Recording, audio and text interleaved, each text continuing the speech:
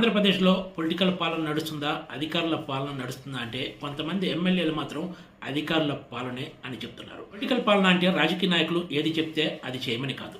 ఎన్నికైన ప్రజాప్రతినిధులు చెప్పే మాటలు విని అవి ప్రజలకు ఉపయోగపడేవైతే వాటిని అమలు చేయాల్సిన బాధ్యత అధికారులపైనే ఉంటుంది.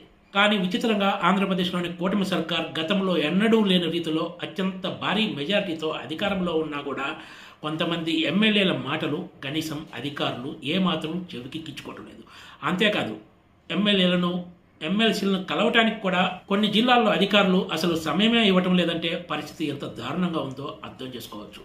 గతంలో ఎన్నడూ లేని రీతిలో కూటమి సర్కార్కు ఏకంగా 164 మంది ఎమ్మెల్యేలు ఉన్నారు. గత ఎన్నికల్లో వైసీపీ 151 ఎమ్మెల్యేలతోటి రికార్డు స్థాయిలో విజయం సాధిస్తే మొన్నటి ఎన్నికల్లో కూటమి ఏకంగా 164 సీట్లను సాధించి గత రికార్డును బ్రేక్ చేసింది. ఇంత బలంగా ఉన్నా కూడా కూటమి ఎమ్మెల్యేల మాటలను అధికారులు ఏమాత్రం పట్టించుకోవడం లేదంటే ఆంధ్రప్రదేశ్లో పరిపాలన సాగుతున్న తీరు ఎలా ఉందో అర్థం చేసుకోవచ్చనే వ్యాఖ్యలు వినిపిస్తున్నాయి. జిల్లా స్థాయిలో కొంతమంది అధికారులను కలిసేందుకు ఏకంగా ఎమ్మెల్యేలు ఇతర ప్రజాప్రతినిధులు గంటల తరబడి వేచి ఉండాల్సిన పరిస్థితి ఉందట. ఇవి ఎవరో చెప్పిన మాటలు కావు. కొంతమంది ఎమ్మెల్యేలు ఏకంగా శాసనసభ స్పీకర్ చింతకాయల అయ్యన్న పాత్రుడుకు ఫిర్యాదు చేసిన అంశాలు.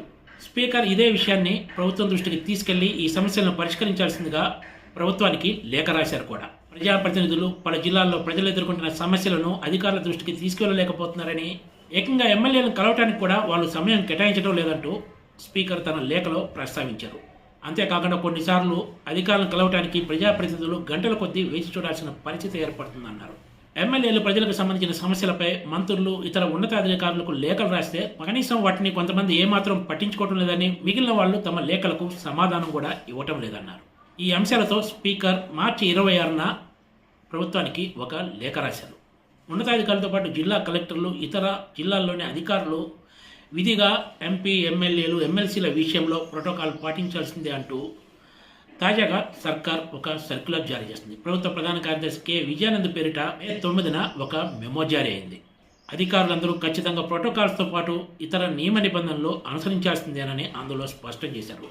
దీనికి గతంలో రూపొందించిన జాబితాను కూడా జత చేశారు.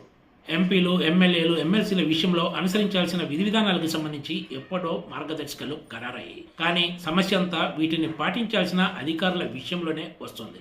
రాష్ట్ర స్థాయిలో కూడా కొంతమంది ఐఏఎస్ అధికారులు మంత్రులను కూడా ఏమాత్రం లెక్క చేయకుండా వ్యవహరిస్తున్నారనే విమర్శలు సచివాలయ వర్గాల్లో ఉన్నాయి. అయితే దీనికి రకరకాల కారణాలు ఉన్నాయని చెబుతున్నారు.